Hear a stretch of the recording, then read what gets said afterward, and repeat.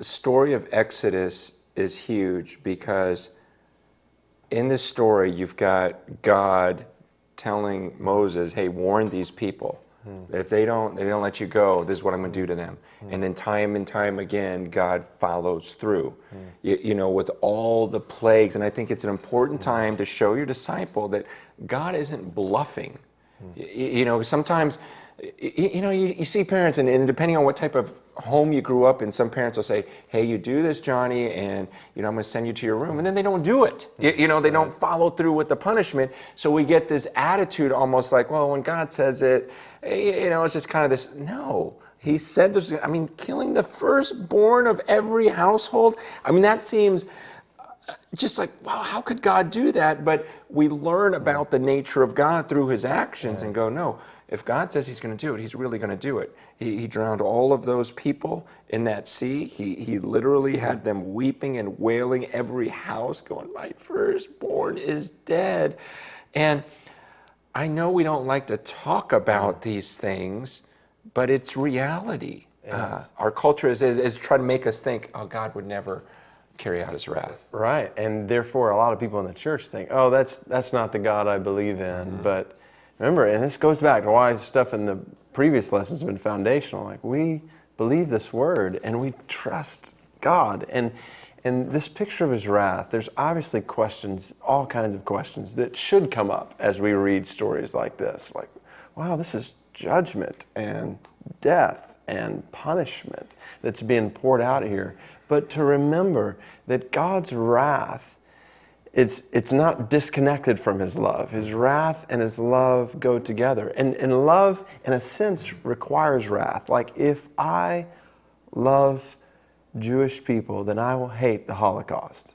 I will absolutely hate it. If I love my wife and kids, I am absolutely opposed to anything that will bring them harm.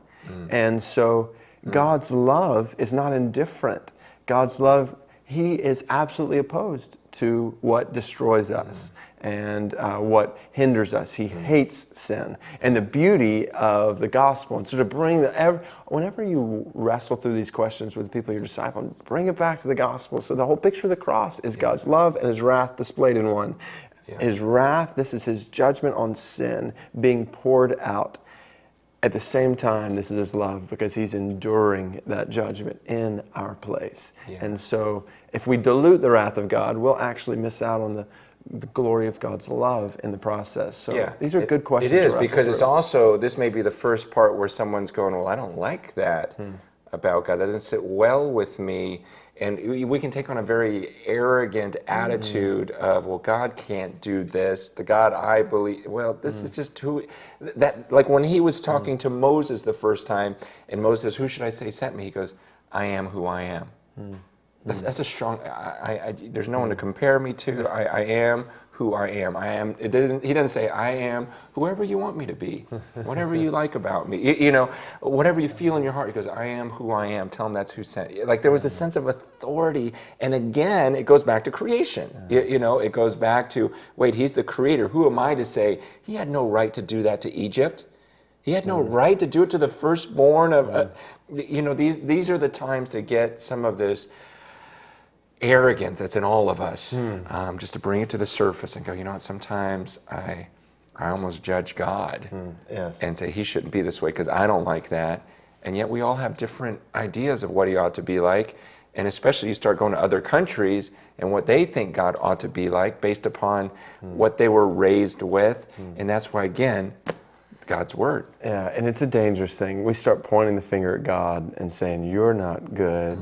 And we may not say that, we start to think it, but we need to be careful to remember he is all wise, he's all knowing, and even to flesh out the practical implications of this. So when it comes to his wrath, as you continually, so the lesson on the fall is not the only time we need to spend time in confession of sin. So as you continue to confess sin to each other, as you're walking through these lessons and spending time in your lives with each other, to remember, man, God hates this sin.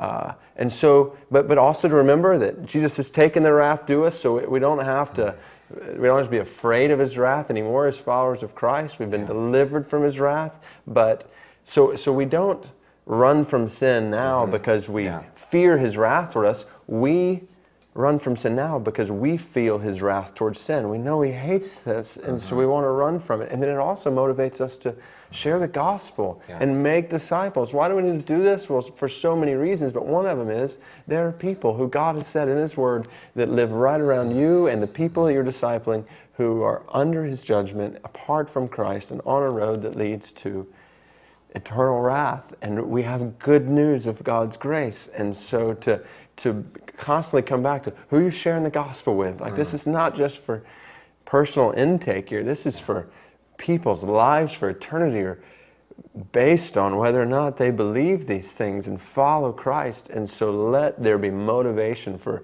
sharing the gospel and making disciples from passages like these. Yeah.